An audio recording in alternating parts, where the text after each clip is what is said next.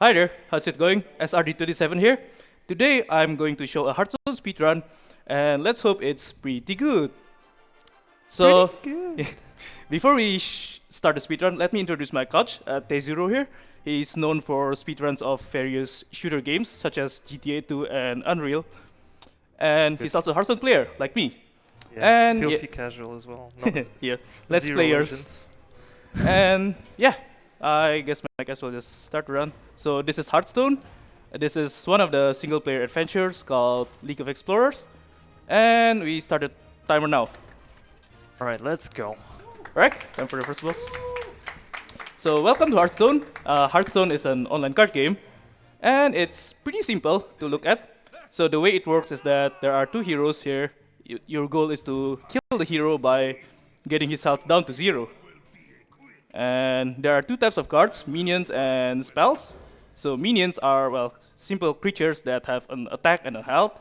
And spells do different kinds of effects, such as maybe summoning more minions or dealing damage, etc., etc. And what did we start here? Okay.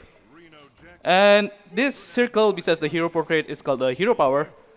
You could use it once per turn, and the opponent's hero power here is kind of unique, but wait, what do I have to do? Ooh, I could actually use humility here. Dude, nice trade. So yeah, his hero power is kind of unique. It does have two different effects. The first one is it gives him an extra mana crystal, which means that, what do I want to do here? Okay, this works pretty well. Let's hope I do. Okay, good. Wow. Yeah, so he get an extra mana crystal every turn, which means he could start summoning huge minions like this one very early on the game, which makes this kind of hard. But at the same time, he also gives me these spells called Wishes. Wishes allows me to discover... wait,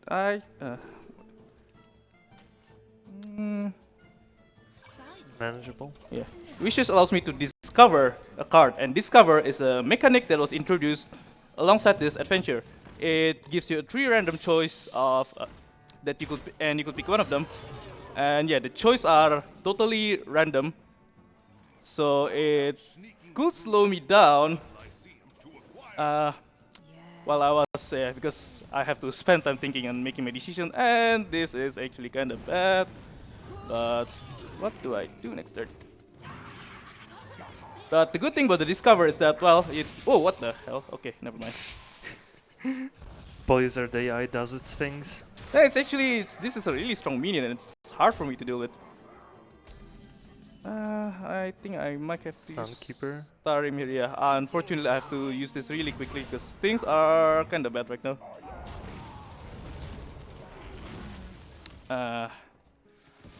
Yeah, so you might be wondering why I'm using Paladin. If you are looking at most online guides, they will suggest Mage or Rogue because of the synergies with the cheap spells here. But Paladin is really good in this fight because of I might actually die this one. Okay, All that happens. it's planned. It's intended. Yeah. I want to show more of this boss. It looks exciting, right? So yeah, I'm using Paladin because this boss have two features. The first feature is the fact that his early game is really strong, which means that you need good defensive tools in the early game. And let's see what do I get. Okay, this is good. Solid. Yeah. And the second feature is the fact that this boss doesn't have a way to deal damage to multiple minions at once.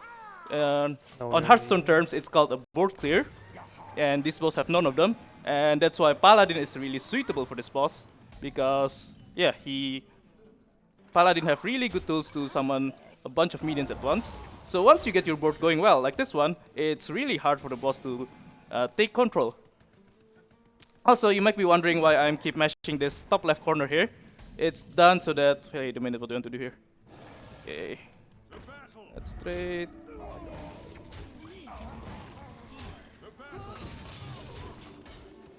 Yeah, when you click the enemy card, see, the enemy cards pop up and you click it, and you don't need to wait for the animation to start. If you don't click, you have to wait like, I don't know, a second or even more. So it slows down the game a lot. Yeah. On a longer spell queues or whatever, it also wastes Yeah. you a lot of time. Yeah, that too. Also Okay. we need to mention that's heroic, so bosses are kind of a bit OP. Yep. The hero power is like different from the normal mode. Yeah. So there are two different kinds of adventures here. The first is normal mode, which is made so that new players could easily complete it, and so it's really easy in general. But heroic is the opposite. It's made to be really hard. But the interesting about Hearthstone Adventures is that it's an online card game, so new cards are released over time, and that introduce a lot of new different strategies. And oh wow, this is really good.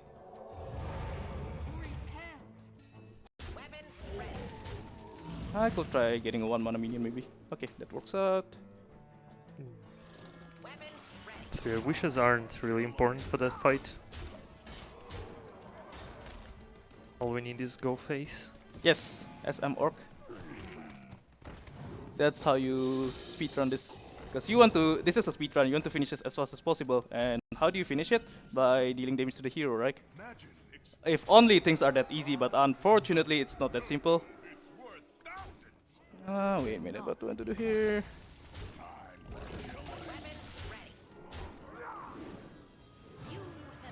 Let's see if I could get another one drop.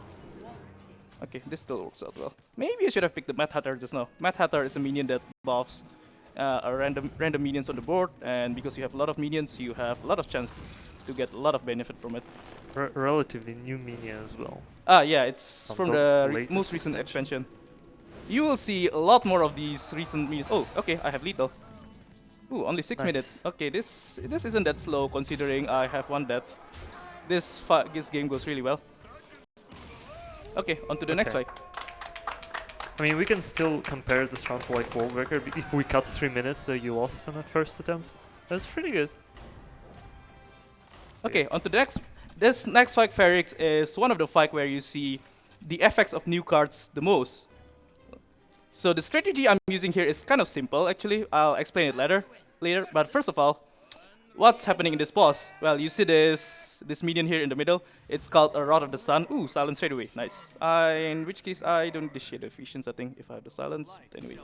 Yeah, so this minion, Rod of the Sun, it makes the boss immune. You see this blue glow here. Immune means that you can't attack the boss at all. Can't go face. That's not right. And yeah, the Rod also have a +3 attack and +3 health buff, which makes it really strong, but I have Silence. And that's the reason why I'm using Priest, because Silence is a really strong card for this boss.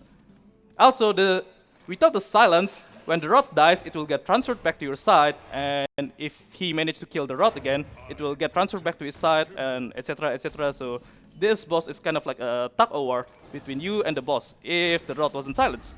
But it's silenced, so that helps a lot. And the strategy I'm using here is what you could call a mid-range deck, which is like a basic way on how you play Hearthstone. You basically try to take control over the board with good minions, and on the late game you put big minions to kill him as quick as possible. So sounds simple, right? But you will see a lot of cards that are released way after Leagues of Explorer here, such as Giant Wasp, Basilisk, Dragonfire Potion, etc, etc. And yeah, the reason this mid-range deck is a viable strategy is because of these new cards. Wait, what is going on here? Okay, this is fine. What do I get? Late game's kinda bad here, but oh well. In 2 turns I'll have Ragnaros, next turn I will probably use Shadow Word that to kill his... Okay, never mind. Okay, this is kinda bad. Ooh, nice top deck. I probably shouldn't bother healing actually. But anyway, yeah, so seems simple, but there is a long history on the decks that I used to use for this boss. Like first when I started this speedrun like about one year and 4 months ago, I used like a slow control priest deck because the cards back then aren't good enough to play a fast deck.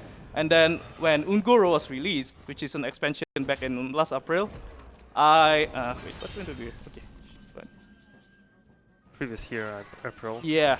Not like last. Yeah, whatever. Right, good point. Yeah. Good, April last year. Going face.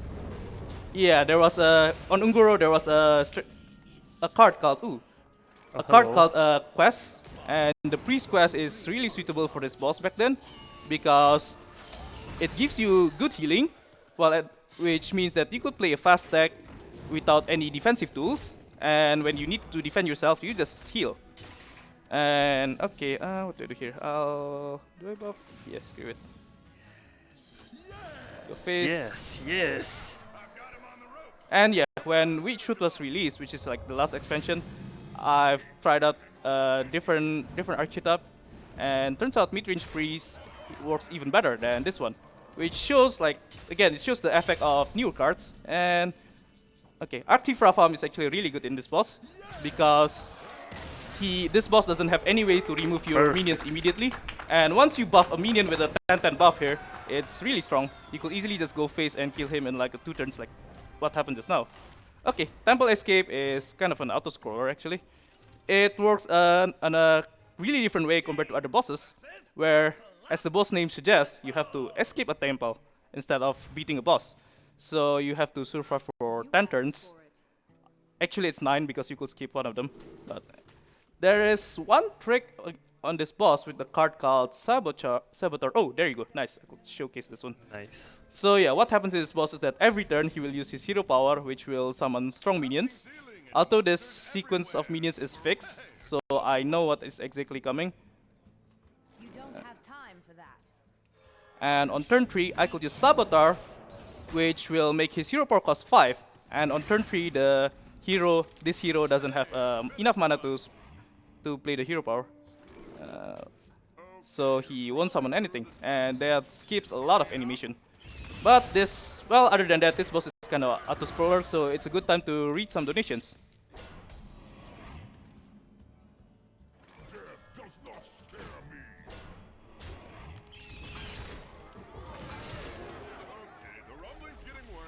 Donations? They're switching hosts, I believe, right now. Okay. Yeah, exactly the moment to switch the hosts. 4 AM. Yeah, makes sense. So yeah, you can skip like a turn. I think it's like RNG if you get the skip or not. Yeah, it's whether you draw it by turn 3 or not.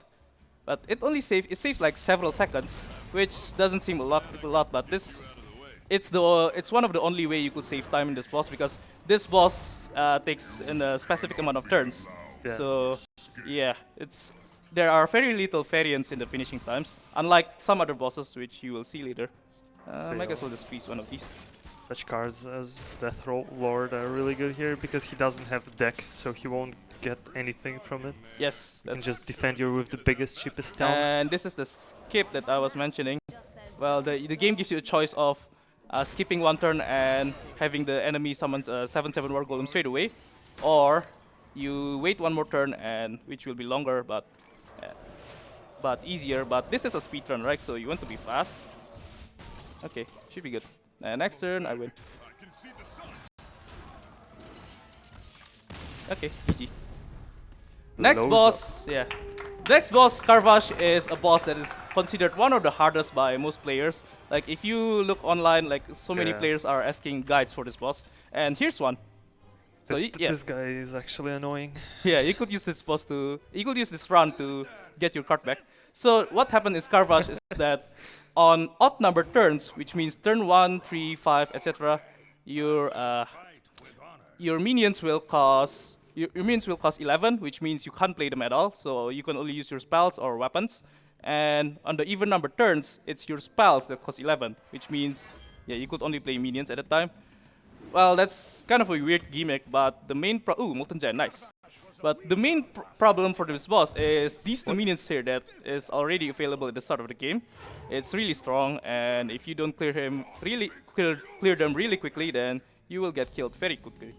But I got a really good trick here with a card called Molten Giant. So remember when I said minion costs 11 on odd number turns? Well, that makes Molten Giant cost 11, and Molten Giant's effect is that it will cost 1 less for each damage that you have taken. Its original cost is only it's 20, but now it costs 11, which means it's 9 mana cheaper, and you could easily play this by turn 3 if you do have it in your opening hand. And he used his coin already, so he can't play his Keeper of Udaman. Okay, this went really well. Let me just use my weapon to to attack the smaller truck instead of the bigger one, just to save some health. So my health is kind of low right now. So yeah, the trucks that he has at the start of the fight, they kinda prevent you from playing spells because they go stronger and stronger. And he has a lot of trucks in his deck. That too. And oh, and there's this thing is called a secret. Secret is a spell that, well, it gives a question mark like this, which means that, what do I want to do here? Which means that, yeah, you have a secret and it will get triggered by certain events. This boss have a specific secret called Dart Trap, which will trigger when you use your hero power. It will deal 5 damage to a random enemy target, which, and, wait, what do I do here? Okay, this is good. Yeah, it should be safe, I think. Let me just use my mana to heal. Yeah, which is the reason why you don't see me using my hero power for the last few turns, because there is no need to trigger the secret. And yeah, the trick behind this boss is that you are using, wait, what? You know what, let's just use this. I was thinking of using Tyrion, because Tyrion is really good, obviously, but Tarim is even better in this situation. So much dudes on the board. Yeah. Going ham. Wait, I could win next turn, nice. But anyway, the trick behind this boss is that you put odd cost spells and even cost minions. So yeah, the minions that you play are the one that give you the most values, and the same thing with the spells, and I win. SM Orc. Good play.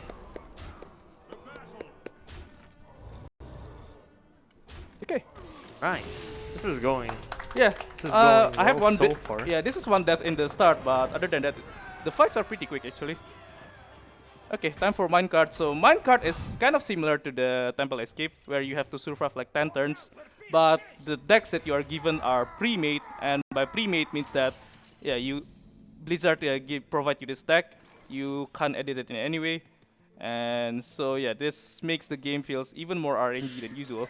Yeah, this is such an annoying boss. Well, although this isn't as hard as the Karazhan, the chess boss in Karazhan, that boss is something else. Anyway, Oh, yeah, chess. yeah, this fight works kind of unique, where you only have 2 mana at the end of every turn, and all your cards cost 1, so you could use 2 cards every turn, and the same goes with your hero power. And I could use. Do I want to use my board clear actually? Let me just stall one more turn actually. Because yeah, if I use board clear right now, I will only clear the small trucks, so it doesn't give that much of value, I think. Although my health might be in kind of a dangerous position. I have a healing at least, I guess. Okay, not sure if I made the right decision, but yeah. Anyway, this is kind of straightforward. It's a good time to read donations. We certainly have a few here. We have $5 from Anonymous, who says money goes towards runner's choice. And we also have $5 from Juan Quay, who says, wow, a Hearthstone run coming up. This should be intense. Good luck to the runners and everyone in the community at the V for their intense hard work. Remember the community's sage advice. In case of emergencies, dial 8. Thanks to everyone at the ESA for an amazing event. You guys are immense. Thank you very much for your donations. And speaking of choices, we do have 2, I believe it's 2 donation To Bid Wars. Okay. bid wars for this run. The names of the last deck and the second to last deck, where we are currently sitting at. For the second to last deck, we have Shack Attack at $20 and no other options submitted so far. And for the last deck, we have Lord of the Gimmicks at $30 and Gwent is better at $50. So there's still some time to get your donations in for those, so keep them coming, guys. Yep, Gwen is better, right, chat? Anyway, yeah, so this is the boss called Arkidas. So what this boss does is that at the start of his every turn, he will summon statues for both players. And because you have a lot of minions on the board easily here, I'm using a deck called Token Druid, which, wait, what do I want to do here? I think I have to use this, unfortunately. Yeah, I am using an archetype called Token Druid, which have a lot of options in buffing multiple minions at once, which is why it's really good. So example here is Power of the Wild, give all your minion +1/+1, and you have a lot of minions here because of the status. And yeah, just to be safe, I'm killing the statue for now in case he buffed it again. Such as you saw just now on, see, turn 1 that spell is really strong, but he used 3 of them already, so he can't have any more. So I'm safe That's a right good now. draw. And yeah, another example here is Branching Paths. It gives 2 attack to all minions, so yeah. All the other choices don't matter. Sometimes you might want to draw a card when you have a Oh lack yeah, of resources. in a really bad But spot. yeah, it's But it's normally rare. face Yeah. is the place. It's rare to use it, and yeah, face is the place. Wait, okay, so another example of Saboteur abuse here. Again, Saboteur is a minion that makes the opponent's hero power cost... I made a bit of a mistake, oh well, whatever. Yeah, Saboteur makes the hero power cost 5 more, and that makes the hero doesn't do anything, because this hero power is an auto cast. So the boss is forced to use it at the start of his turn. So he has 0 mana, he can do anything. And that's an average one actually, turn 7. This boss is pretty quick. Okay, time for another hard boss. Well, it's hard for most players, but I'm a professional speedrunner, so this should be pretty easy, right? Hopefully it's good. I hate this boss as well. I mean, I hate most of these bosses on Heroic. So yeah, this is Slither Spear. What he does is that at the start of his turn, he will summon a minion called Hungry Naga. And the stats of Hungry Naga, at first turn, it starts at 1 attack and 1 health. And the next turn, it becomes 2 and 2, 3 and 3, and so on, so on. So it gets buffed every turn. And if you remember Jade Golems, like last year, yeah, that's how this boss works. He summons a Jade Golem every turn. That's how it is. And yeah, the early game against this boss is not that scary because these minions are small, but later on his minions get really huge easily. And the strategy I'm using here is called a Mill Rogue. What a Mill Rogue tries to do is to draw as much as card possible for both players using a specific card called Cold-like Oracle, which, well, we haven't seen it for now. And yeah, the reason why I'm using Mill Rogue is because this boss is really strong and I have no other reliable ways of killing this boss, unfortunately. So Mill Rogue isn't that quick of a strategy, but it works out. And again, Heroic mode is a mode that is meant to be really hard. So sometimes just beating this boss itself is already a really good thing. And ooh, Deathlord and Doomsayer combo works out really well here. And yeah, about that minion called Cold-like Oracle that I'm mentioning earlier. So it's a 3 mana minion with the effect of draw 2 cards for both players. And the strategy against this boss is that, yeah, you try to use that card over and over again until the enemy get run out of cards in his deck. And when he ran out of cards, wait, what do I want to do here? Okay, this works out well. When he ran out of cards, then he will start dealing damage to himself every time he draw cards. And yeah, that's how you kill him, by this mechanic called Fatigue. And this card called Curator is a card that was released like about 8 months after this adventure was out. It draws a Murloc, and this Cold-like Oracle is a Murloc, which is this kind of fish creature thing. Fetch Yeah, that mechanic yeah. of a way. Yeah, so this means wait, what do I do here? I don't have a prep. Vanish. Yeah, I have to use Vanish. Unfortunately, if I have a prep, I could play Oracle at the same time, but oh well. Yeah, again, that's another example on how newer cards make this deck much more consistent, because now I have Curator counts as a third copy of Cold-like Oracle. So it's much more likely now for me to draw my Oracle, and that makes this boss much more consistent.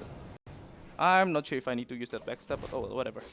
Also, on normal mode, you're supposed to also rescue Finlay in this fight. Yes, yeah, that's. But on Heroic, you don't have to do that. Yeah, normal mode is a lot. There's a lot of difference, and to be honest, it's been forever since I played it, so I don't really remember what is happening in that boss. And I guess I may as well just use my second finish. I also don't want for my hand to be full because I don't want to discard any of my cards. Anyway, just one thing I forgot to do. There's this notes that I have to calculate the lethal damage later on. It's Oh, there's getting pretty quick maths there. Yeah. So yeah, betrayal good. This minion asshole contact phase, so my face is safe. So I don't need to kill this minion. Ooh, both heal bots back to back. I might want to use my backstab actually because my hand is full. And how many cards he left? Two. Okay, Two. next turn if I use 3 oracles, I will deal 20 damage. So yeah, this is still far away from lethal, obviously. But anyway, I have more than enough tools to defend myself at this point. He doesn't have silence, so he can't silence Ice Howl, so it can't go phase. Yeah. So even though it looks really intimidating because we're at 11, it won't hurt us. Yes, this boss doesn't have a lot of burst damage. He only have like Frost Shock, which deals 1 damage, and Curse of Rafam, which deals 2 damage. So you don't really need to keep your health high if there's not a lot of minions on his board. And next turn I will have lethal, so easy game. Told you I'm a professional here.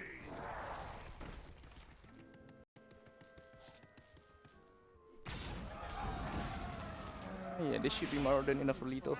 That doesn't matter. Wait, how much damage do I deal? 26. This is also kind of a unique, how is it called, adventure, because it's not in one World of Warcraft dungeon. Ah, in yes. But in like 3, and then the 4th one is something else that never existed in WoW lore. This is the first expansion where they introduce original characters and original storylines, unlike the previous expansions. So yeah, it's unique. And time for Giant Fin. Giant Fin is also in. Giant Smork. Yeah. Giant Fin, the way this boss works is that he will summon a bunch of small Murlocs every turn. And I am using Paladin because Paladin could easily abuse the 2 features of this boss. So yeah. But first of all, he will keep playing a lot of small cards every turn, and at the start of his turn, he will draw 2 cards with his hero power, which means that he won't be running out of resources, even though he keep using a lot of cards every turn. And yeah, Paladin is a good speedrun strategy for this boss because. So okay, wait, what do I want to do here? I could play my Solemn. Yeah, Solemn Vigil here is. Oh wait, never mind. Yeah, Solemn Vigil here is one of the good reasons I'm using Paladin. The first feature that I could abuse against this boss is the fact that I tend to kill a lot of minions at once. And there are a lot of cards owned by Paladin that could exploit this feature, such as Solemn Vigil does now, which will cost 1 mana less for each minion that died each turn. So you could easily cast your the Solemn Vigil for my health is really low right now. Didn't expect it to go this low this quick, but okay, should still be fine though.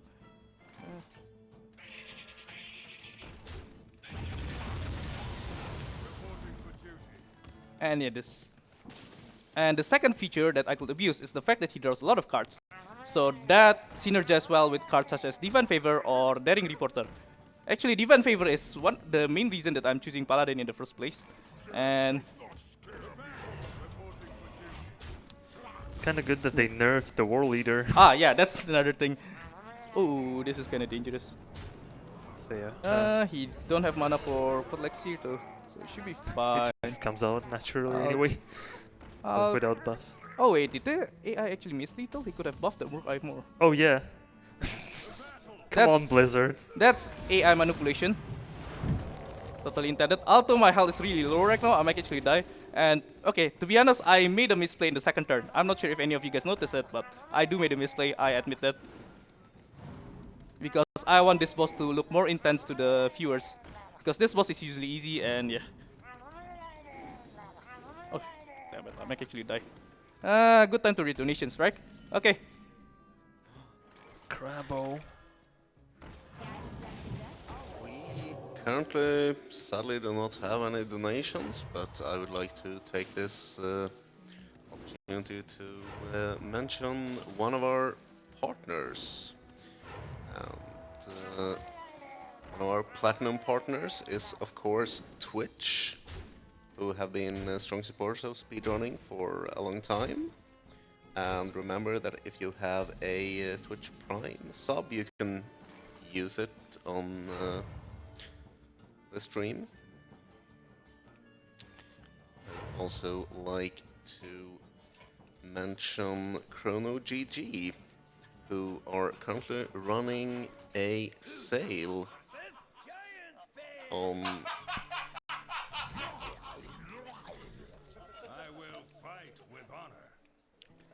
So yeah.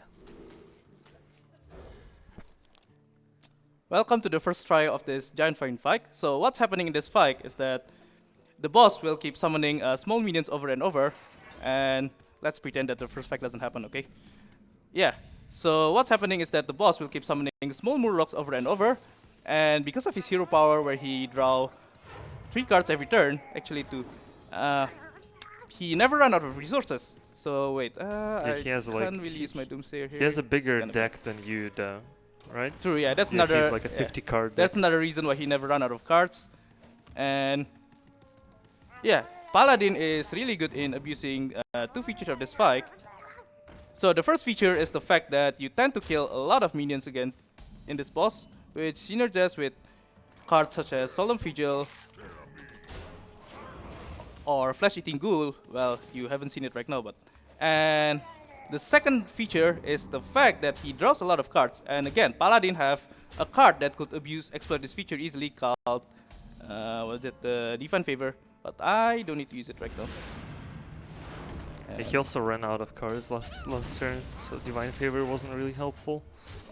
Like the last attempt. Yeah, that was kind of unusual, but anyway, what is happening right now? So yeah, and of course, if you see this Paladin deck have a lot of board clears to simply kill out this.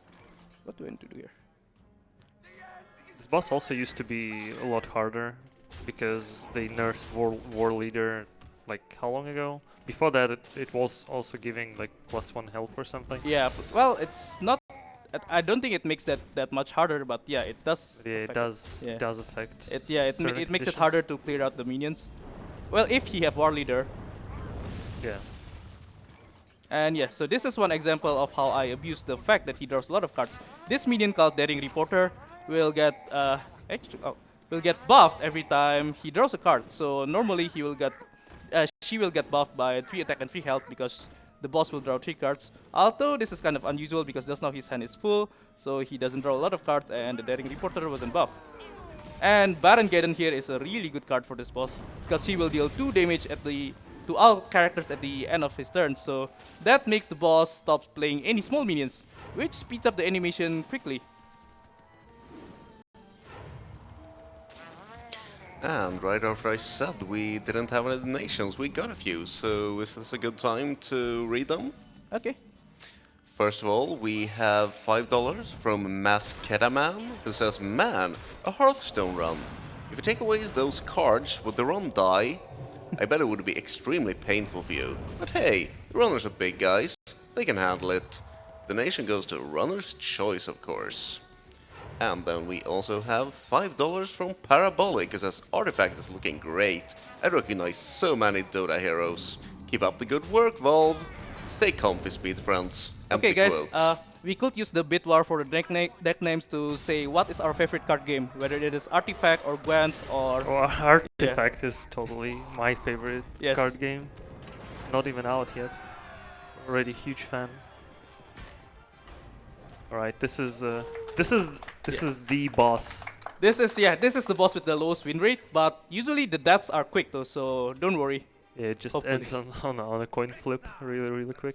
But yeah, so the way this boss works is that at the end of her turn, she will transform all the minions into random minions, where your minions will get transformed into a random minion of the same cost, while her minions will get transformed into a random minion of a cost that is 1 higher. So her minions will get buffed over and over if you let it alive. And this boss gets significantly harder after the Knights of Frozen Throne expansion, because there was an AI improvement that makes the AI tend to play her coin really quickly, and that gives a lot of tempo early on, and Wow. usually that means that if you can't clear the board within like the first 3 or 4 turns, then you're dead. But the reason I'm using Hunter is is because Hunter have a lot of good board clears on the first 2 turns, such as Explosive Trap, and you could also synergize it with cards such as Corridor Creeper. Nice So AI. another aspect of the trick against this boss is that what do I do here? Is that you could exploit the hero power that in 2 ways. The first way is you play an expensive minion that could get cheaper, such as Corridor Creeper here, which will get cheaper for every minion that died. And what do I do here? Max is out apparently. And yeah, Corridor, what is it? The Corridor Creeper costs 7 mana, and you summon it at turn 3, and her hero power makes it transform into a random 7 mana minion, which on average is much stronger than the original stats of the Corridor Creeper. So right now, because of the Corridor Creeper, she can't do anything against the huge minion, and I could easily just go face now. Ooh, she have Lightning Storm that deals multiple damage to multiple minions at once. But thankfully, 2 of my big minions are more than 3 health, so it can't be killed by a Lightning Storm. And she only have 1 copy of it, so I am. Oh, that's fine. not a good 7 drop. I mean, it's probably gonna survive. Yeah, she can't do anything anymore at this point. I just go face, and I will probably win 2 turns, maybe next turn.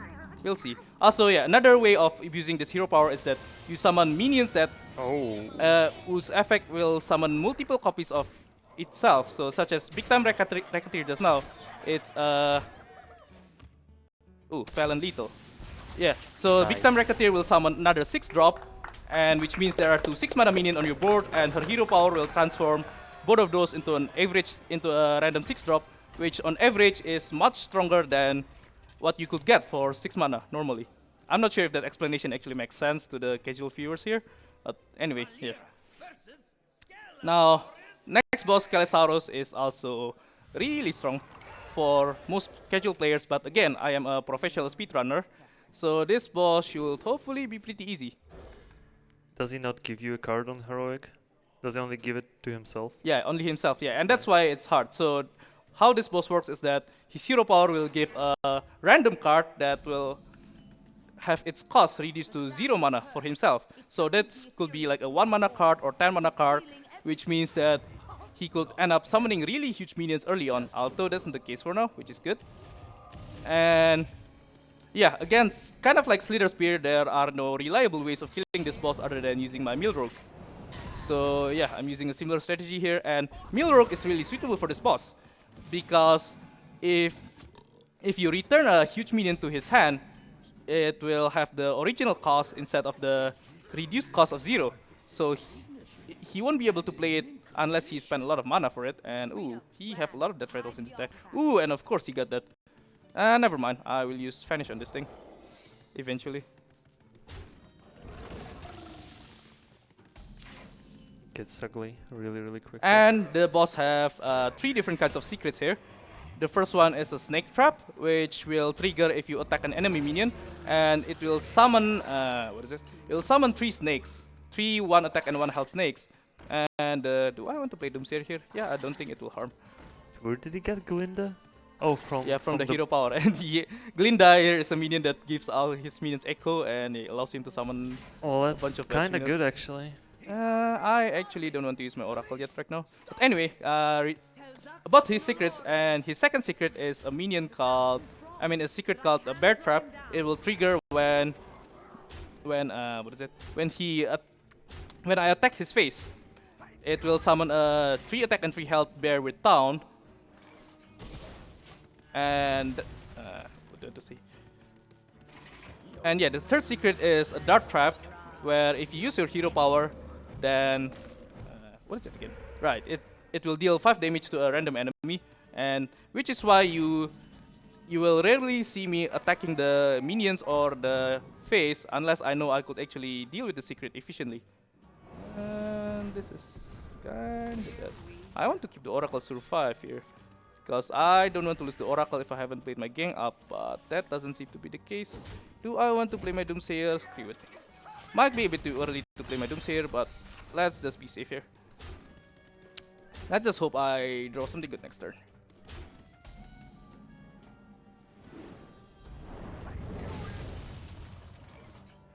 So really something good. Yeah, this if I don't draw my Oracle and Curator, it's pretty likely that I actually die. Yeah, this boss I think on my practice usually have a win rate uh, of around like maybe 75%. Although there are times on my practice where I end up losing 3 times in a row. So yeah, kinda annoying. Because of the random nature of this boss means that yeah, if you lose then usually it's because he got minions that you can't handle it. That's just the nature of this. And I guess now while waiting for the Oracle, I don't use this. Yep, that's the dart trap that I mentioned earlier. He won't trade anyway, so still have heal bot. Yeah, while waiting for the Oracle, we could read some donations.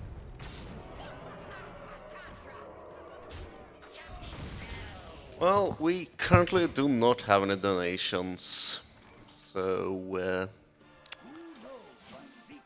That's fine. Okay, I might as well use this time to mention that if you have a Twitch Prime, you could get a free sub on SRD27. I mean ESA Marathon to support this marathon further. Yep. That was smooth. And oh shit, okay, I'm probably dead here, so yeah.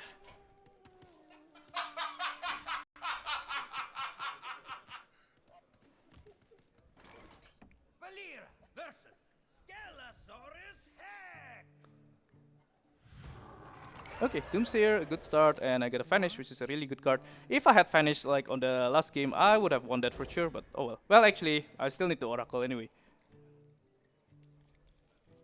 And ooh, there's Oracle, Vanish, Doomsayer. Okay, Oh. I get a really good start here. That's a good mill hand. Yeah, Ooh, okay. double Vanish. If things went really good, maybe I don't need the second Vanish. Let's see how it goes. And okay, good time to use my Doomsayer here. He only have 5 damage on board, so he can't kill the Doomsayer. Unless if he got a card from Zero Power yeah, that well- allows to kill the Doomsayer. Though it's unlikely, there are... That would be the Yeah. card pool is so massive Yeah, at this point. it's Just no reason to playing around anything. the chance is that very there low. I was- think. Do there I want was to a play reason. my... Okay, I will try something weird here. I'll play my Bran on turn 3, and let's hope I could make use of the Oracle plus Bran combo next turn. I never tried it this way, actually. This is the first time. Or I tried to play Bran on turn 3, actually. And ooh, wow, that's a lot of stuff in this sport. Oh, I could try to use MCT, but I already I mean, screw it. Let's hope I get prep so I could prep and finish next turn. I draw 4 cards anyway. Ooh, nice. backstab is good. That actually works out. Perfect lineup. I don't have gang up though, so if this Oracle dies...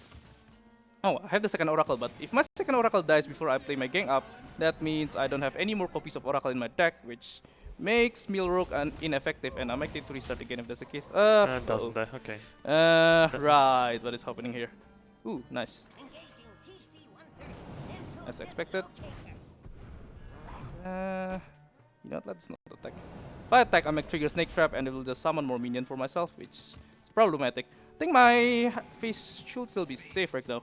Next turn, I could play Oracle again. Wait, actually, nah, I will just play my Vanish instead. And I guess I could trigger the Snake Trap, or do I want to try trigger the Bear Trap? Ooh, 8 damage is actually at the dangerous threshold. So, against this boss, he have a couple of ways to kill you at 8 health. Either by, Either by using double Tail Swipe, and Tail Swipe is a 4 mana spell that deal 4 damage, or by using his King Crush, which he could use to... Well, he can't play King Crush yet. Yeah. Which he could use to deal 8 damage to your face straight away. Although he needs 9 mana for that, so that's still a while. And I have a heal bot in my hand anyway to heal myself, so it should be fine. seems like every time I say we have no donations, we get some donations right away, so is it still a good time to read them? Oh yeah, sure. Then we have $10 from Ryan Davis, who says, "Congrats on the run. Shout out to my boy Toe Jam holding down the fort. ESA forever." And we also have $5 from Big Guy for You, who says, "Enjoying this great run on my favorite card game, Magic the Gathering. Keep up the great work." Thank you very much. Favorite card game is World of Warcraft trading card game. Oh, I might also give a shout out to the Hearthstone spin-off World of Warcraft. I shouldn't have done that actually. Probably doesn't matter. Even though this guy could have gone and buffed Gazrilla, he won't do it because Blizzard AI. Like buffed, I mean, hit something because it doubles the attack of Gazrilla. Also, my health is really low right now, and I need a defensive tool as soon as possible. Might actually die again. Time to get one. Oh, that's a defensive tool.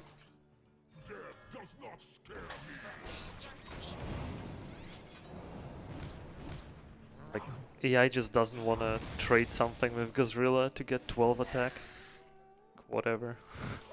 Just gonna leave it at 6. That's probably because my health is low. Because yeah, the AI tend to hit face when your health is low, while if your health is high, then the AI will tend to trade.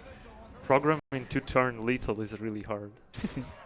Oh, they do sometimes plan around 2-turn lethal if they have like a bunch of direct bursts and Well, yeah, if they have burst. I need my vanish now. You had 2 vanishes though, I think. Vanish. Vanish.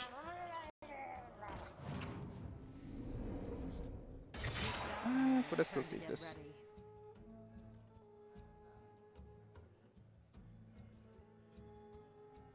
I think you used both vanishes at this point. I wasn't really paying attention, but I think you did. Oh wait, right, yeah. Okay. I have to finish those. I think that's maybe.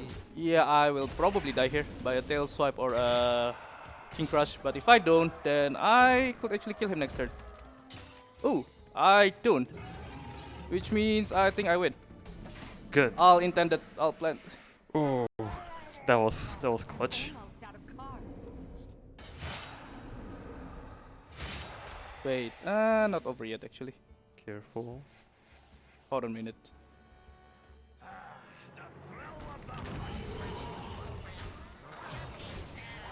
Wait, Oh no. let's pretend that doesn't happen. Hey, welcome to the first attempt of Skelesaurus Hex. We are on a world record pace right now, and Skelesaurus Hex is a boss that is considered hard to be for most players. But I am a professional speedrunner, so this should be easy, right?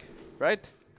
I actually should have kept my backstab, I got think. this. I mean, the reason why estimate is like so high, you are probably like, why is the estimate so high? We're like in the end of expansion, pretty much. Don't expose that. Nah. I want to keep the hype if I get like a time below like more than 20 minutes. It's because of the last boss, really. Last boss. Ooh, is, what the? Okay, this is interesting start. I actually, time to get another one and like buff all of them.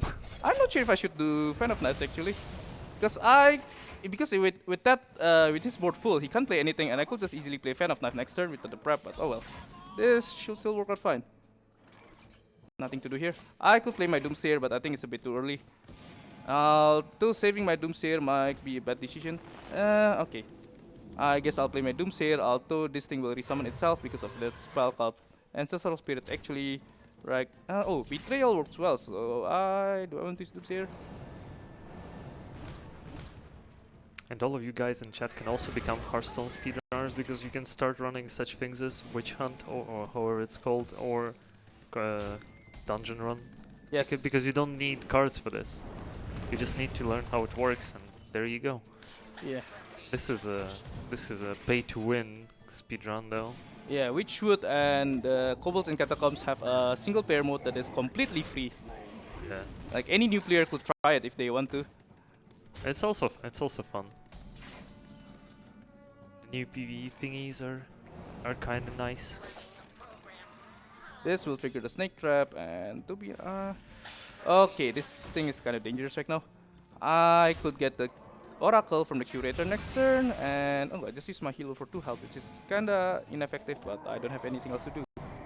And you have a lot of minions on this board here, it could be dangerous. Okay. Wait, he doesn't trade? That might actually... Okay, never mind. The AI is actually being smart for now. Hey Blizzard, if any of you guys in Blizzard are watching this, could you guys actually make the AIs dumber for now? Thank you. Yeah, to flip the switch, please. We need to get to the next boss. This is too hard. Ooh. None of his target could summon the Like Warden, so it should be safe. Actually still wait. 11.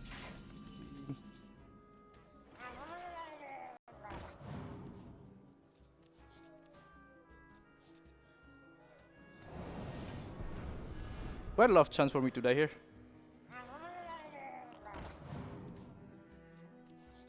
That actually helps.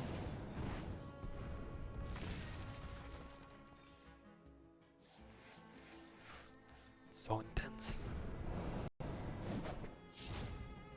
Okay. I have used gang up, so I have quite a lot of chance to draw Oracle next turn, although I still need my Vanish though at this point. I could buff my Deathlord with the bananas, that could help. Ooh, what the heck is that? Oh, that is the Playdate card. Haven't seen that in a while. Anyway, if there are any more donations, yeah, feel free to read them. Donations? If there's one. We do in fact have one donation over here from Papa Commune for $10 with no comment. Thank you very much for that. And I would also like to remind you of the bid war we have going on for this game. How long is it until the decks will be named? 2 more games until the pre-last deck and 3 more games until last deck. Alright, and the second to last deck is still sitting at $20 for Shack Attack, and the last deck is currently Gwent is Better leading at 60, followed by Lord of the Gimmicks at 30, and finally with $5, Punchy. Unfortunately, Shack Attack died for this run.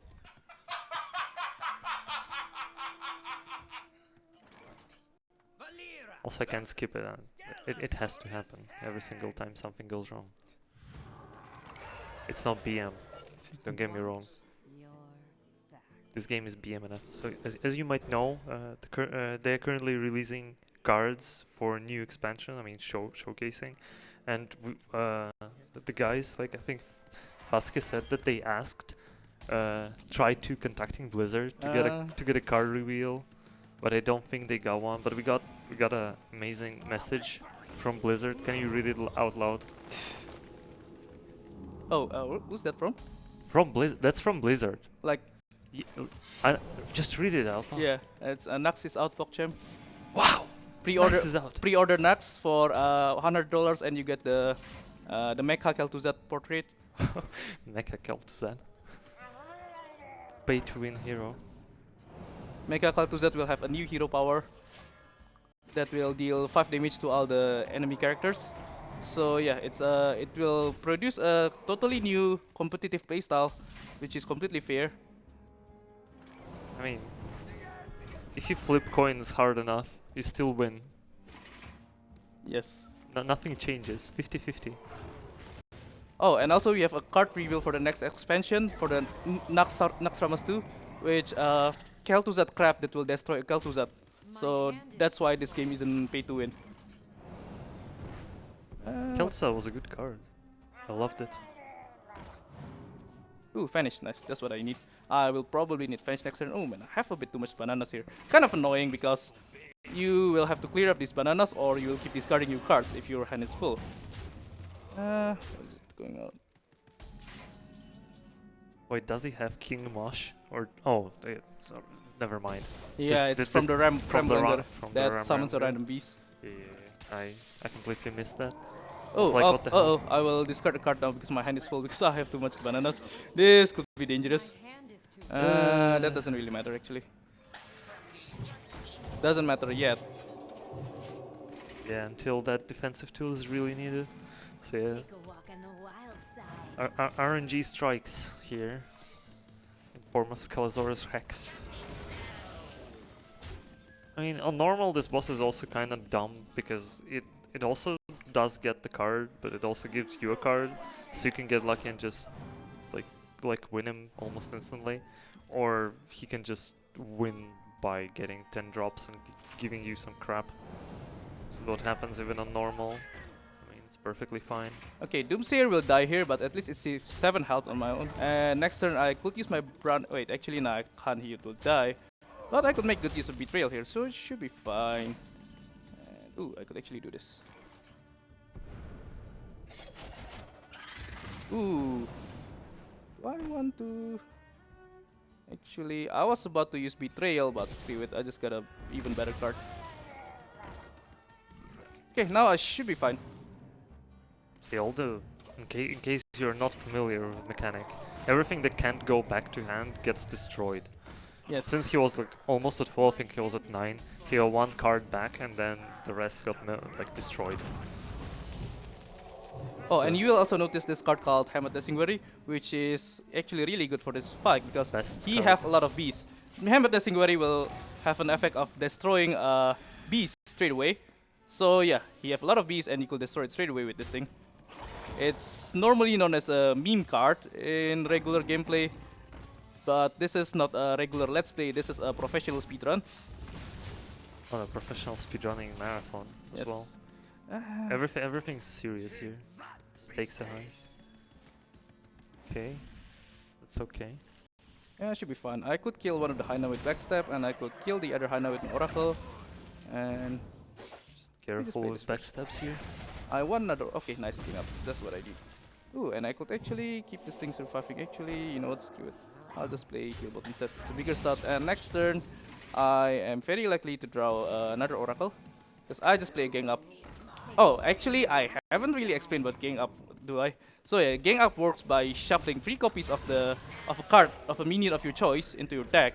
And this it's really effective for a mill rogue because you could get multiple oracles in your deck, which means you could do this milling over and over that way. And You could try getting the, I could the actually use darkest double night. betrayal. Interesting. It doesn't matter if he starts healing because he's at full yet, but might be annoying. Will Betrayal heal you if you have the guy? How is it called? The one he had right now, the Shaman Legendary. Ah, I don't think so because Betrayal will force a minion to attack the Okay. adjacent minion, so it doesn't count as a spell damage. It doesn't get buffed by spell damage, and yeah. And it will also, like, if you use Betrayal on a poisonous minion, it will kill the minions attacked by that certain poisonous minion. And wait, is he dead already? I'm out of cards. Just don't die yourself.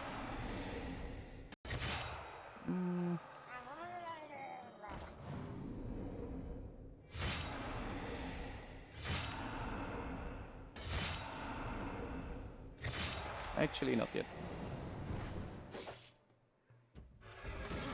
TC-130 into this locator.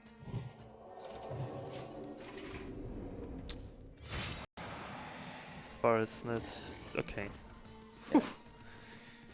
First try. Easy every time. Just don't die to. I mean, he's getting like 8 at this Ooh, point. 2 of lethal. That is actually scary.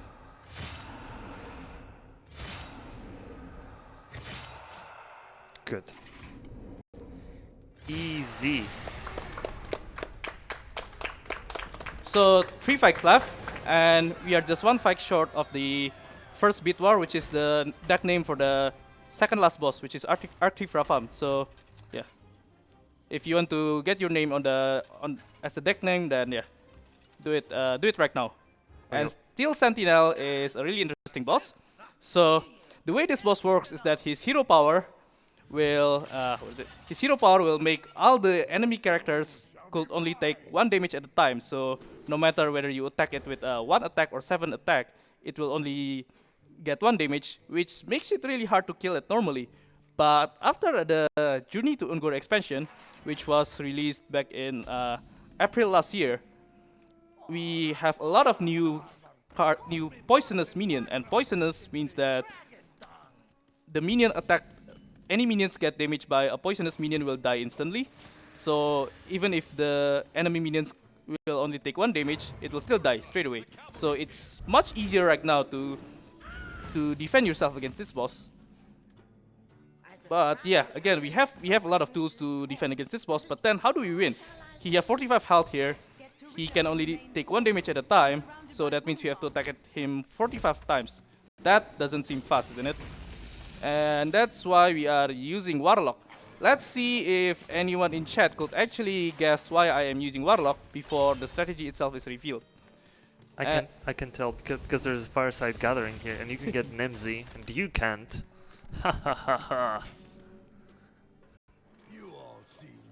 Yeah, back when I was doing this run last year, I'm using an archetype called Katoon Rogue, which revolves around a card called Katoon that could easily damage. Wait, what do I want to do here? That could deal a lot of 1 damage multiple. How do you say it? So it will deal damage multiple amount of times. Deal 1 damage multiple amount of times.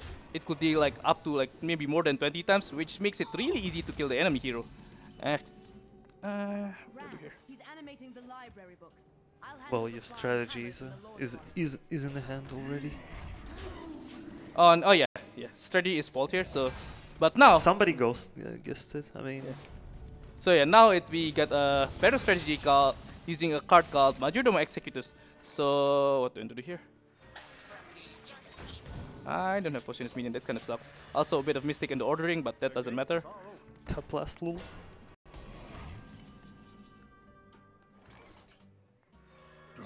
So yeah, Warlock have a spell called Treachery. Treachery will transfer one of your minions into the enemy side. And you could combo it with this card called Majordomo Executus. What Majordomo Executus will do is that I will play Doomsayer right now. I mean, that's not how it is, but okay. Yeah, what Majordomo Executus will do is that it will transform your hero into a hero called Ragnaros, which only have 8 health, and yeah. Different hero power. Yeah, it will have a different hero power. And so the strategy is to give Majordomo to your opponent, and then you could easily kill it with one of your removals. And that means the enemy will only have 8 health, and his hero power will also be transformed, which means that he lost his ability on only be able taking 1 damage at a time. So it's really easy to kill him, especially at only 1 health. Also smart move there by AI. I totally did not forget to play Harrison Jones or Oos. I want to showcase the way I manipulate the AI so that he removes his own weapon. So now I get a Drawing to this. yeah, I need to make sure that my hand isn't full too. As if my hand is full, I might end up throwing one of my combo pieces, and Yeah, well, is needed. if that happens, then I will just simply lose. Yeah. But right now we are in a good situation. It's And a good time to read a bit of donations if we do have one. Oh, we have gotten a bunch of donations here. Starting with $10 from Papa Commune, who says, "Thanks for doing what I'm too poor to." And then we have $5 from Awu, who says, "Shoutouts to my favorite Yu-Gi-Oh player SRD27. Keep up the great work." We have $5 from Fist of Arthur, who says, "Loving ESA. Games I never thought were possible to be run or being destroyed. Now this is epic. Love to my husband Johnny. You put up with my crap for 10 years, and best of all, you do it for free. Even though we have our ups and downs, we always pull through. Donation to Announcer's Choice. I love your accent, lol." Treachery is at the literal bottom of the deck. Last 2 cards. Let's see if it's treachery or not. Last card. Nice. Okay, I could do it this way. Well, Emperor is also very important because it's gonna reduce the cost Yeah. of everything. So because Emperor Tarisan will, at the end of his turn, it will reduce the cost of the cards in my hand by 1 mana. And that will allow me to cast both Majordomo and Treachery at the same turn. And we still, wait, can we kill him? 1 minute. We could, okay. Wait, no, we can't. Actually, but it's safe to put my... one off, yeah. And this should be fine. And yeah. Just wait for 1 more turn. Yeah, should be fun. Okay, this is lethal. I will transform the enemy hero to Majordomo by using Treachery here. And I have more than 8 damage on my board, so I could easily kill him. I emote a bit too late actually. I want to emote early enough that if you emote it early enough, you will see the speech bubble rotating around But yeah, I emote a bit too late, so I guess I have to reset this fight just to showcase that speech bubble rotating, right? Okay, Oh, deck name? First deck name, yeah. Second to last deck. The second to last deck will be named Shack Attack, and that's attack with a Q. Okay. Shack Attack is apparently dead. It was a good game while it lasted here at ESA. Someone broke the right flipper. Yeah. This run is done to respect Shack Attack. Totally the Great best Shack game Attack, of this Bible Tom. So yeah, Shack Attack deck is actually a terrible deck. So sorry whoever's donating it. But the reason I made it a terrible deck is because this boss will steal your deck. So now he got baited to use a terrible deck. So how is a deck terrible? Well, all of his minions are minions that either can't attack, and by can't attack I mean it literally says can't attack in the card text. Or there are minions that only have 0 attack. So unless if that minion is buffed somehow, then yeah, he can't attack with it. But that doesn't mean this boss is easy to. This hero power here, it's only 0 mana and it will give him a random minion that will cost 3 mana less. So if you are unlucky, you might end up getting huge minions early on, which if you don't have a way to deal with it, it's easy to lose it. But that's not the case here, and I have a rare spear, which is a really good weapon. Because rare spear here is a weapon that will get buffed every time the opponent plays a rare minion, and rare minion is rare card. Yeah, it's a card that have a blue crystal. None of the like this one, Devil's Hour Egg. You see the blue crystal there? It will buff my weapon over and over. And what's funny is that there are actually a lot of bad rare cards. So I guess that's the reason why Blizzard put this card specifically, so you could synergize it with the bad rare cards such as Devil's Hour Egg or cards like Nerubian Egg, Alarm Obot, etc., etc. But I don't have anything else to play here. Okay, there you go. So this boss is mostly done to be like a meme. Yeah, you queue in with whatever deck and then get obliterated.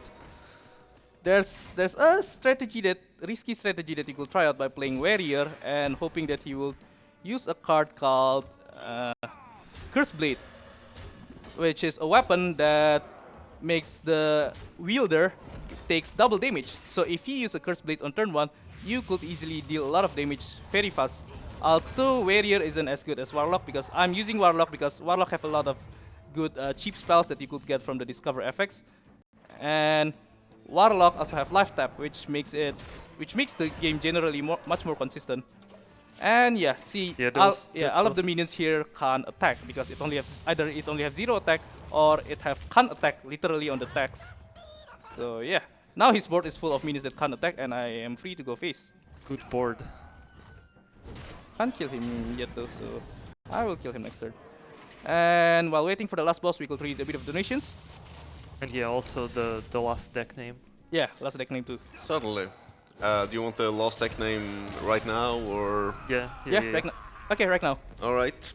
The name of the last deck, let me just do one final update of the page. The name of the last deck will be Gwent is Better. Oh, yeah.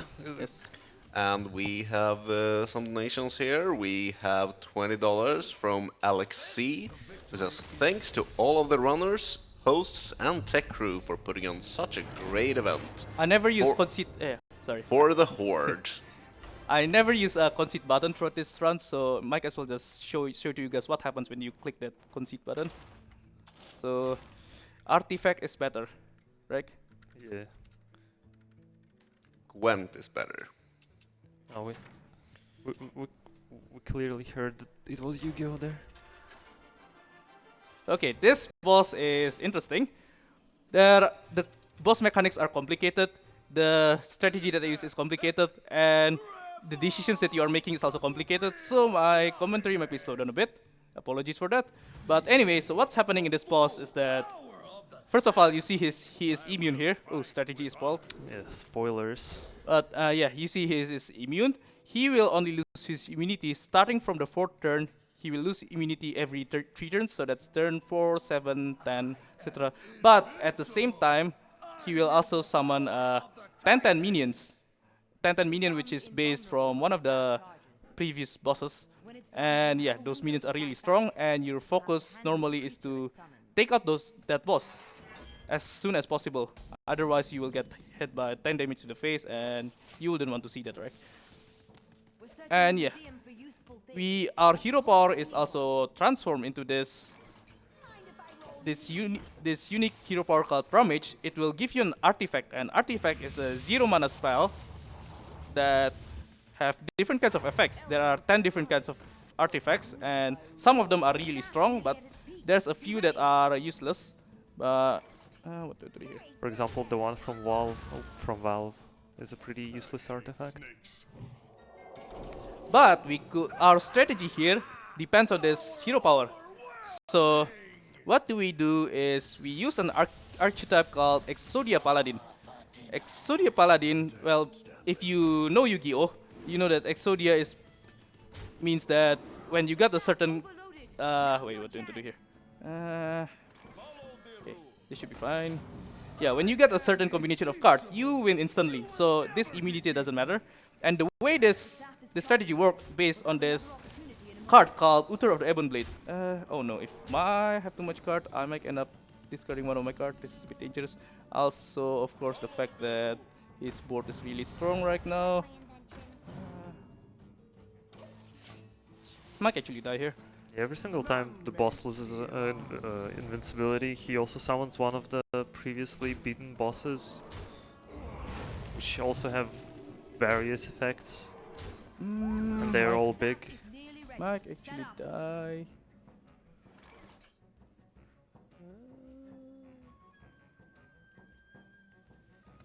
It's fine. Probably going to restart, to be honest, at this point. But yeah. Anyway, yeah. The strategy against this boss based on this card called Uther of the Ebon Blade. So this card type is called a hero card, which is only available since the Knights of Frozen Throne expansion, which was released like about 1 year and 8 months after this adventure. So a hero card will upgrade your hero. It will change your hero power into a really strong one, and it will also... Oh wait, what the... I need Pyro or Consecration here. Pyro or Consecration top deck. His shields are down. Go for it. SRNG. Dang it. I found this in the molten core. Major Domo used it. So yeah. So hero card will upgrade your hero power, and Paladin's hero power will summon a horseman with 2 attack and 2 health. But that horseman, if you manage to get 4 of those in the board, you will win. It will destroy the enemy hero, so his immunity doesn't matter. And the way but you could only use hero power once a turn, right? So you combo that hero card with another card called Auction Master Beardo, which will allow you to use your hero power multiple times in a single turn. And Action Master Beardo, there you go. It costs 3 mana. So if you want to use your hero power, what a Beardo? Wait, what do I want to do here? Okay. So what Beardo do is that after you cast a spell, you will refresh your hero power. So when you cast a spell, you could use hero power multiple times, and yeah, I guess. And because you got 0 mana spells from your hero power, you could easily synergize that with Beardo to use your hero power 4 times in a single turn. And to do that, you need to reduce the cost of Beardo to 2 mana, because if you want to use hero power 4 times, that will take 8 mana plus 2 for Beardo. And what do I want to do here?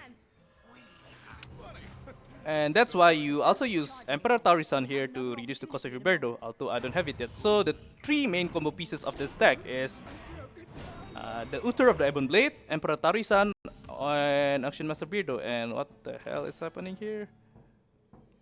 Nothing good, really. I mean, this boss in general is just very long if you don't go for like OTK, because you only can attack him once every 4 turns, and trying to build up a board against heroic bosses generally doesn't work that easy, especially against this one.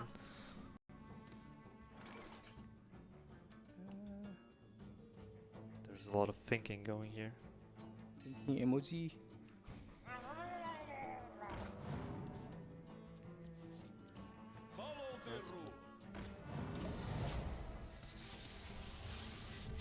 very important not to mill any single combo piece. Yes, yeah. If like Uther goes to the dumpster, just kind of restart the fight. Same goes for Emperor.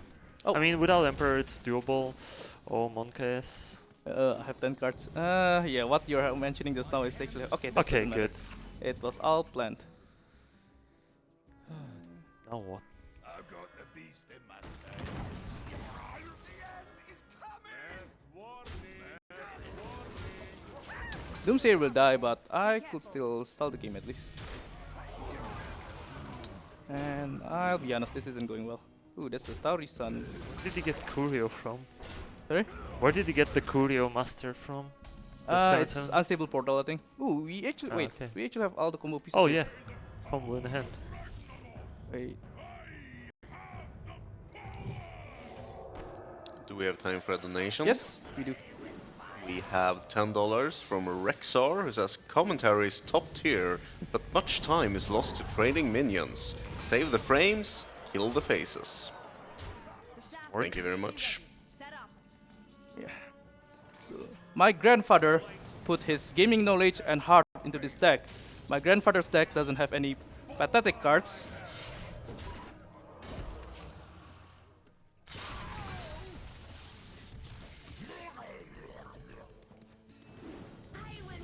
But no one has been able to do this combo for ages. Wait, was that the quote? Like, what's the Seto's quote? Do you remember, Tezuru? No, it's good enough already, but I don't remember the quote. Anyway, I No have one's 3 ever spells. done this before. 3 spells now, so I could use this. Was weird. Let's just make sure I don't mess this up. I summon Exodia!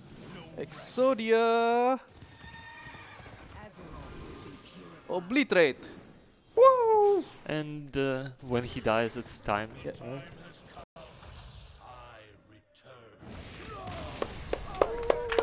25 minutes below estimate, easy. See, I told you I'm a professional speedrunner. Well, it's better. That's a really good time. I mean, I- the only boss that didn't behave was Calasaurus Hex. Yeah. Okay, so well, since the was it the Donation yeah incentive. this donation incentive for the showcase is mad, Yeah. we could start doing that now. How many time do we have for the I showcase? mean, you have 25 minutes underestimate. Just go for yeah, it. true. Oops, picked the wrong one. Okay. Yeah, thanks for all the donators for the donation incentive. It's actually already met way before the run is starting, so I don't need to sell out for it.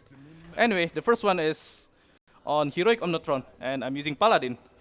So Omnotron, what's happening on this boss is that he will summon robots that will have double-sided effects.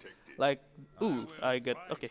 So the first robot that example is the first robot that we will summon will have +2 spell, will give +2 spell damage for both players. And yeah, and what the strategy that we use will mainly depend on his third robot, which will make all spells cost 3 less. So you see this spell here called Sound the Bells. The spell have an echo keyword, and echo is a keyword from the most recent expansion. So yeah, this strategy is totally new. And what echo does is that the card is repeatable. You could play it repeatedly as on a single turn, as long as you have the mana for it. And because of his third robot that will make all of his spells, what do I do here? That will make all of his spells cost 3 less. That means that Sound of the Bells will cost 0, and because it's 0 mana, that means you could cast it infinite amount of times. And Sound of the Bells will buff a minion by 1 attack and 2 health, which means that you could buff. Oh wait, I win. GG. Easy. Nice. Nice OTK right here. Although I will do this 40 times, so good time to read some donations while I'm doing this over and over. Ding, ding. APM actually matters here. Well, we currently do not have any donations, so I would like to take this opportunity to mention one of our partners. And one important partner that has been supporting us and ESA for the past 3 events is Elgato. And this year they have a full 4 streaming pods at the back of the main streaming room here, which has allowed attendees to stay connected with their community even when they're spending the whole week here, and let them bring their community to be a part of ESA. And they have also been supporting this event with multiple prizes, supporting our charitable cause, including the brand new Stream Deck Mini. So be sure to check that out. Come on, KS, come on. Resident Sleeper. I mean, there is no timer on like, adventures, so there is no Monks here. The turn will never end for you. You can essentially go buffing your bluegill for however much you want. Until 2 billion, or what's it? The value is 2 power of 31 minus 1, isn't it? You got it. Yeah, and when One. that happens. Oh, did you? Oh. Are you BMing here? Yes, I am. I Oh definitely my did God. not. I definitely did not forget that I have lethal already.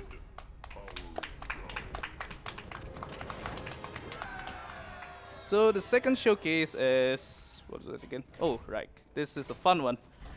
One night in development. Oh, that's a nice one.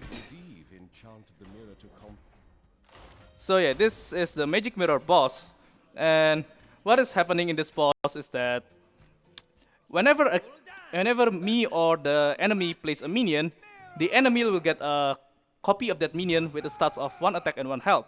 So he will end up filling his board really quickly. But because I could give him a copy of any minion, that means I could also play. I could abuse this feature by playing minions that have double-sided effect, such as Tentacle of Unzot here. It will deal 1 damage to all minions. So you summon it on his side, and it will deal 2 damage instead, which double the damage. Yeah, you see a bunch of those minions in this fight. And what do we want to do here? Or yeah, another example is Doomsayer. Doomsayer will destroy all minions at the start of the player's turn, and because I will give him Doomsayer, it will just explode straight away, and yeah, I could easily kill all of his minions. But the main strategy here revolves around a card called Unlicensed Apothecary, which I haven't seen yet. So Unlicensed Apothecary is released about 4 months after this adventure. What it does is that it's a 3 mana minion with 5 attack and 5 health. Seems strong, right? But it have a massive downside where if you play a minion while Apothecary is on your board, you will get 5 damage to yourself. So the strategy here is to give him Incessant Apothecary and let him summon a bunch of minions, and he will eventually kill himself. Well, he won't kill himself if his health is low, but I could also easily trigger the Apothecary by summoning minions by myself, because it will give a copy on his side, and again it will trigger the Apothecary, and it's easy for me to deal a lot of damage that way. But a strategy that revolves around... Ooh, there you go. Oh, there it is. A strategy that revolves around a single card doesn't seem consistent, right? But that could be solved by using another card called Sense Demons. It's a basic card that everyone have. It will draw 2 demons from your deck, and because Unlicensed Apothecary is the only demon in my deck here, so it will have 100% chance of drawing this card, which means that I have 4 copies of this card in a way, which makes it very likely for me to draw Unlicensed Apothecary within the first 5 turns, such as what's happening here. Oh, sense. Not sure if I want to do this straight away too. One Let me for just do this kids. for now. Yeah, he have double Tentacle of Unzot because of the duplicates, so I don't want to play my own Apothecary yet, because his Apothecary will just get killed by the Tentacle of Unzot anyway. Ooh, nice move, AI. See, the AI know how to do speedrun. You do it by hitting face. Let's hope he have Matter Entity there, so he will have 2 copies of Apothecary, and I could deal even double damage. Oh, he doesn't, okay. Wait, he might have that, yeah. Yeah. Still need to Dark Pact. That's unfortunate. Not sure if I actually want to play my minions, because the Unlicensed Apothecary might kill itself. Ooh, now that is dangerous. Okay, this game goes on a bit too longer than usual, so I might actually be in a really dangerous position. Wait, can I kill him by any way? 1 minute. You need him. I could deal. Give him a second Apothecary.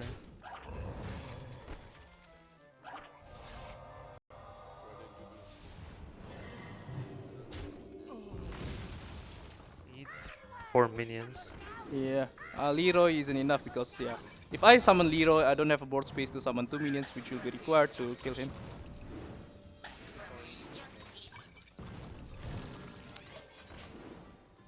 Okay, I should be safe. even if he got fireballs from that Archmage Antonio does, he won't have enough mana to kill me because he need multiple fireballs there. And I could use Unlicensed Apothecary and Leroy Jenkins next turn to kill him. So okay, easy game. Should be. at Also, first. yeah, while we are waiting for this animation, might as well read a bit of donation if there's one. Still none, so I can take this moment to mention another one of our lovely partners, and one of our partners supporting this event is ViewSonic, which are supporting us with monitors for our streaming area, practice monitors, and they are obviously with no latency, as I'm sure the runner can confirm. Okay, third one. Wait, what was the third one again? Look at the deck. Right. Ooh, this one is also really cool. Ran Black Hand is another boss that is considered to be really hard for most players, but I have a strategy that could easily cheese this boss. So the archetype we will use called an Anyfin Paladin. So why Paladin? First of all, Paladin have a lot of good ways of dealing with his hero power. So Wreck Black Hand's hero power. Wait, what do I do here? Will summon 3 copies of 2 attack and 2 health minion, and yeah, he will keep switching his hero power every time he uses it. And all of his hero power are really strong, such as summoning 3 copies of 2/2 minions or summoning 4 mana. Yeah, like he swaps different dragons. 4 mana 8/8 or 1 mana 5/4, etc., etc. And that is why this boss is considered really hard because, yeah, your board will get overwhelmed by so many strong minions from the first few turns. Actually, this isn't going well. I might actually die. But anyway, Paladin, yeah, have a lot of ways to deal with 2 health minions, which I don't have right now. And oh, by the way, let me just give a shout out to Dragon Slayer. It's a card released last December that deals 6 damage to a dragon, and that makes that helps a lot in some of the Blackrock mounted bosses because they are mainly using dragon. A lot of dragons And- in BRM. Oh, And wow. I'm doing this just to preview his hero power. And now I'm going to show you how to beat it. This is definitely intended. And yeah, by the way, about the Anyfin, right? Anyfin is based on this card called Anyfin Can Happen. It's a 10 mana spell that will summon 7 Murlocs that died this game. And it's a common archetype to see in the ladder back then, like long time ago. Because so what you do with that spell is that you put a bunch of Murlocs in your deck, you let them die, and you could summon it at turn 10. Wait, what do I want to do here? Nothing to do. Yeah, you could summon it, and when you have 10 mana to summon a bunch of Murlocs at once, and some of the Murloc have charge, which allows the Murloc to deal phase straight away. And what do I want to do here? Doesn't look good again. Nah, it looks good. I have Consecration next turn, so that's fine. Last game I don't have True, Consecration. true. Oh wait, last game is intended. Oh yeah, everything is. Oh, also this buff is going perfectly fine from him. Yeah. What do I do? So yeah, what the strategy against this boss is that you stall the game with your removals, you then summon your Murlocs, and then you use anything to kill the boss. And man, this is looking good. If this is not a live stream, I will tell the people to cut this scene and just pretend that everything went well. It's just technical difficulty. Yes. I may actually die. What do I do?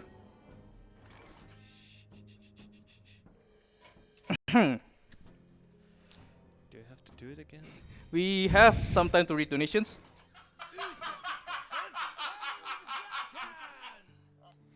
No donations right now. Oh, right. Let me just give this. Yeah, let me just use this time to. I mean, if it doesn't work this time again, we should probably move to next showcase. I mean, Yeah. True. just to Okay, not I have Doomsayer. drag Now for it works. Now forever. it works. Okay, First try. first try, dude. Easy.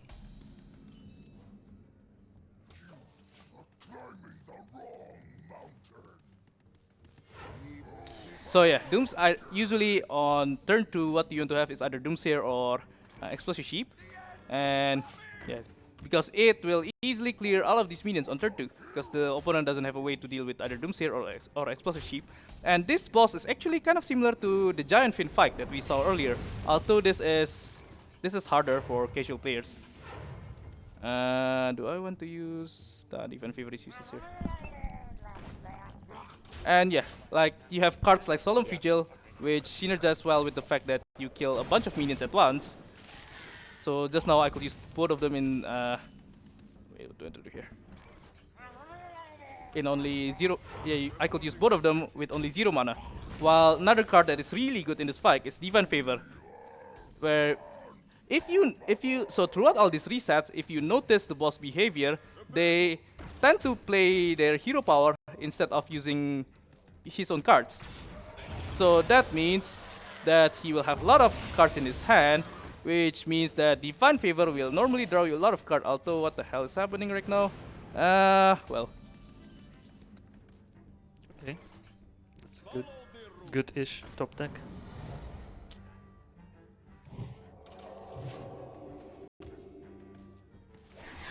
Next turn, I should be able to use Consecration to kill most of the minions, so I should be fine.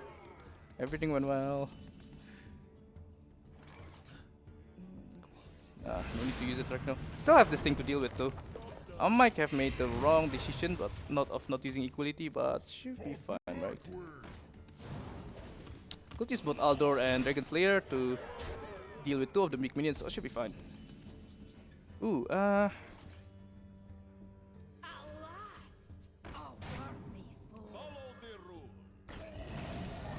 okay. Oh wait, yeah, the Doomsayer will still die, but that's fine. That will deal. That will save 7 health for my own face. What do I do next turn? Consecration again. Yes, Consecration. Okay, this still okay. Helps. I could use Finja to give myself a bunch of full luck next turn. Although my health is on a dangerous position now. He have 7 damage. I have 9 health left. 9 health is still kind of safe. Threshold here is 8 health because he have a lot of ways to kill you at 8 health.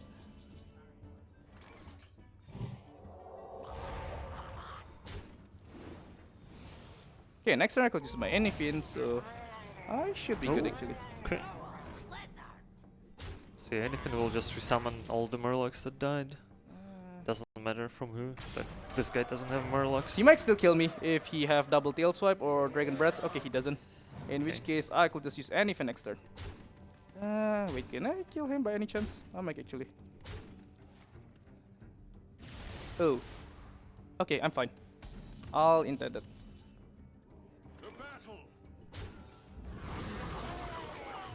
Is this enough to kill him? Easy. Yeah, perfectly fine. How many time do we still have for the showcase? We have 12 more minutes. Okay, that's more than enough, I think. I have 2 more decks to showcase. So let me get back to normal mode for a bit. So normal mode is a mode where wait, what should is it? Where most of the bosses could be easily killed with an aggro deck. So yeah, if you see a normal speedrun, most of them will be like an aggro deck like Pirate Warrior or Aggro Shaman, which could be interesting to play in a way. But this boss here have really different strategies because this boss can't be killed by an aggro deck. He have a lot more health than usual, and what do I do here? And you have a lot more health than usual, and usually you take like more than 10 turns to kill this boss. So the way this boss works is that he starts at 10 mana straight away once he got to turn 3, so he could start summoning a lot of minions straight away, but which seems hard, right? But you will get 0 mana cards that have really strong effects every turn. Yeah, so you could use those cards to grind out the boss and eventually kill him, although that will take a long time. But I am exploiting the fact that the cards that you are given only have 0 mana here. With a certain Warlock card, I wonder if anyone in chat could actually guess what I am doing. Well, before I get that specific card, all I do is just defending myself, to be fair, so might not be as interesting. So if there are more donations, we could read it for now. And this is the 0 mana card that I was showing.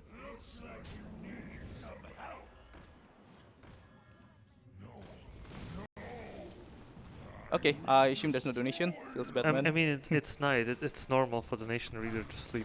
Ah, true.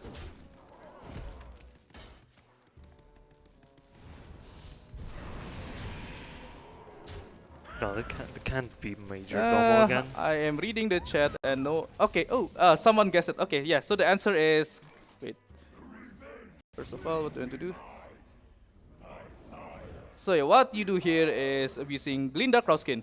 Glinda Crowskin is a Warlock legendary minion that costs 6 mana, and her effect is it will give your minions eco. And eco, as you saw in the Omnitron fight, means that you could use that minion repeatedly in a single turn as long as you have the mana for it. And ooh, what do I do here?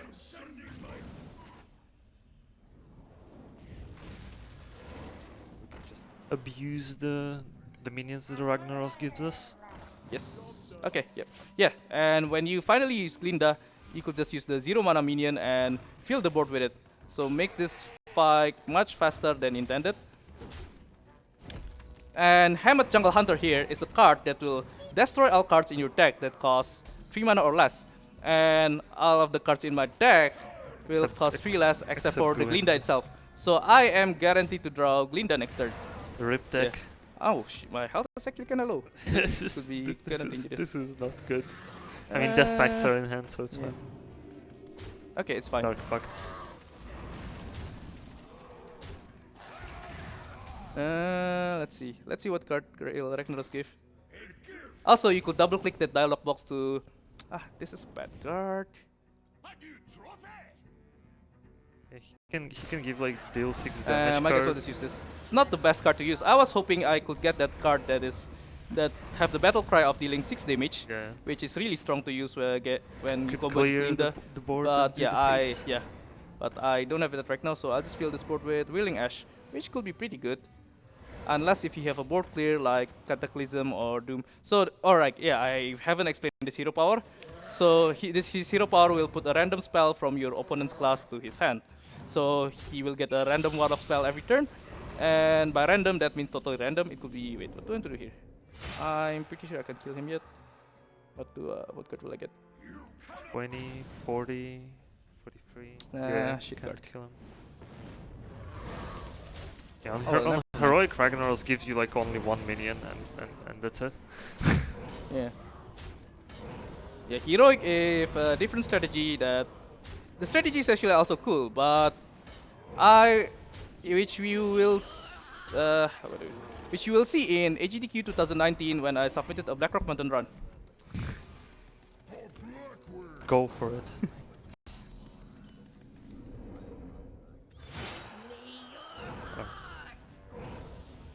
Is this lethal? Yes, it is. Yeah, that is exact lethal actually. Wow. Quick maths. All connected. Okay. It's actually kind of slow. I think takes 9 turns. Okay, the last showcase we will show an expansion that haven't been out yet called Naxxramas. So Naxxramas will be out in 7 August. Don't forget to pre-order your Mecha Kel'Thuzad hero portrait, which will give you an upgraded hero power of dealing 5 damage to all enemy characters, which will introduce a totally new playstyle in the competitive scene. It's totally not pay to win at all. And yeah, Kel'Thuzad is the last boss of the Naxxramas adventure. What do I want to do here? Actually, gonna take out all of this. So Kel'Thuzad have 2 phases. The first phase is where his hero power will be a 0 mana hero power that will deal 3 damage to your face. So if you don't heal yourself, you will get killed very quickly. And the second phase will be activated in 2 ways, either when he lost his armor or when he reaches turn 11. And we won't bother attack. Let's see what I get. I think I will need Psychic Scream eventually. And yeah, his second phase have a hero power that costs 8 mana and it will take control of an enemy minion. So you could abuse that hero power to give him Majordome Executus to him. It's the minion that you see back in the back in the Steel Sentinel fight, but you could abuse it here without using any other card because, well, he will take Majordomo itself. So what do I want to do here? Oh man, my health. He's just that smart. My health is actually really low. Okay. I don't have work clears yet. This might Need to clean the zombie chow. well, at least I have this. If he don't frostbolt this one, then I could kill whatever 4 mana minion that will summon. And oh, he frees it. Okay. But Yikes. yeah, if he uses a spell on this thing, that means he can't summon any more minions. So it's all planned. Everything is still fine.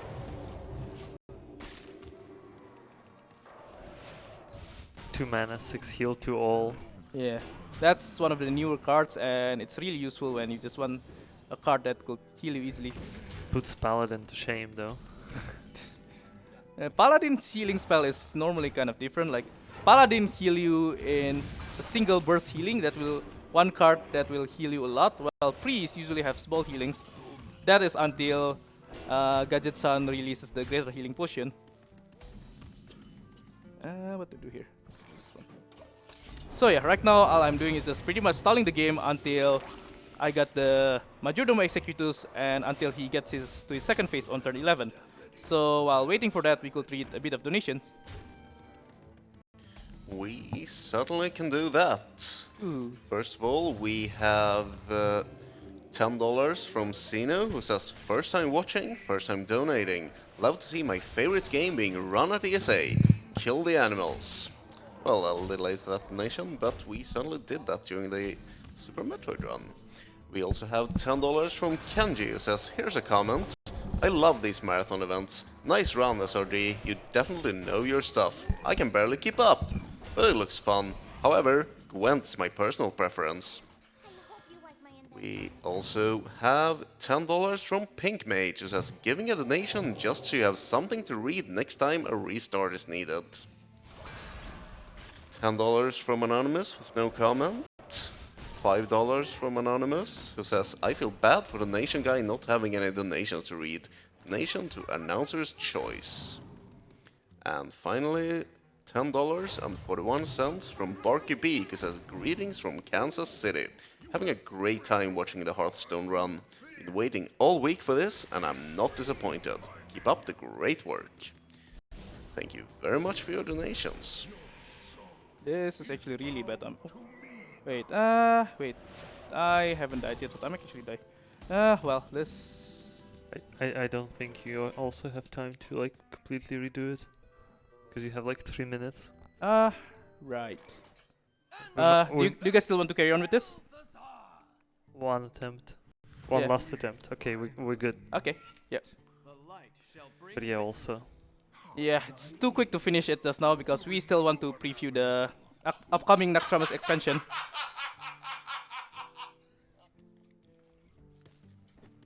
Last attempt. Let's go. Okay, I admit I actually did really bad in the showcase, isn't it? I died a lot on like Grand Blackhand and this one when it should be pretty easy. I do made a mistake on the last fight, but oh well, whatever. I heard crowd is liking this, so might as well just do this more, right? None of the Twitch chat is having this. I right? am loving this. That's why I woke up so early to come here. I am to pretty sit here sure. and Yeah, watch this. I am pretty sure nobody is hating the fact that Hearthstone is being speedrun at ESA. It's a totally legit speed game, full of skill, full of wits. I mean, running full expansions is kind of a lot of RNG fest, but you can just run single bosses. Do you have like single boss leaderboards? We do. Yeah, Although, okay. yeah, barely anyone do it. Like, I usually tried it, like, if there's a boss that I could try a risky strategy, which is much more faster than what you could do in a regular run. You have, like, some really interesting strategies, like, one thing that I've done is Chromagus, which is a really hard Blackrock Mountain boss, done in only 2 minutes. Or, like, like, you could try use, like, Inner Fate plus Astral Communion combo on turn 2 to get 10 mana straight away. Yeah, stuff like that that won't be viable on a full run, unless you want to do a lot of resets. Good here. Just don't light bomb again when you don't need to. No. I admit, I thought that like bomb just now was the Dragonfire potion, but then yeah, yeah. I noticed the animation is different, and I was like, oh. Uh-oh. Might as well That's just use not this. right. This boss could actually done in 3 minutes, like done in less 4 minutes most of the time. That's what I get when I was testing. And what do I do? Oh, and yes, since we are, what do I do here? Power Word Shield.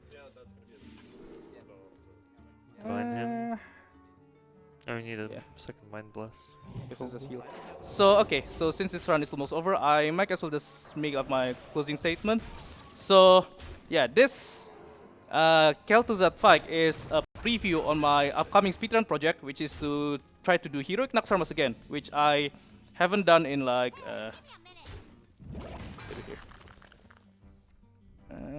screw it. Which I haven't done in like more than 2 years. So yeah, there are going to be a lot of new strategies from the new cards that I'm pretty sure haven't been explored yet.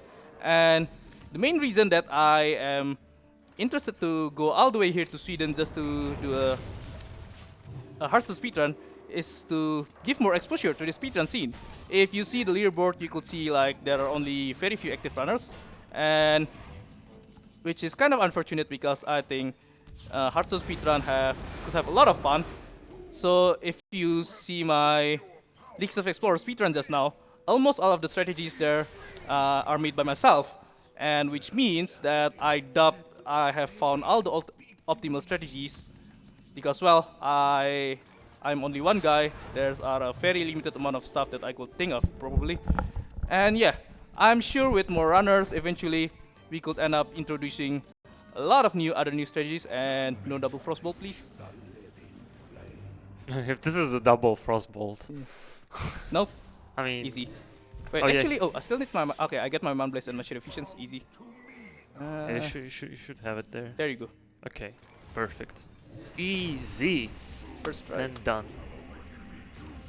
I emoted a bit too late again, so you don't see the speech bubble rotating. So yeah, that's the Hearthstone speedrun. So again, yeah, as I said, if you see the leaderboards, there are only very little amount of active runners, even though it's a popular game. So I'm hoping I could share this fun to you guys. I have spent like hundreds of hours, maybe thousands in from the deck building to execution. There's a lot of fun you could do in Hearthstone speedrunning. Whether you have a huge collection or whether you have a limited collection, you could also try out speedruns like Kobolds and Catacombs or Witchwood, which are totally free. So yeah, join in the fun, and yeah, that's all for me. Thank you. Remember to follow the runner as well. Go for it. Follow Teizuro, speedrunner of Heroic Naxxramas. Oh! That's my new title. I'm gonna quickly retire from that though. Yeah. All right. Thanks for Thanks. watching. And I guess the next run is Sonic Forces, wasn't it? Yeah. All right.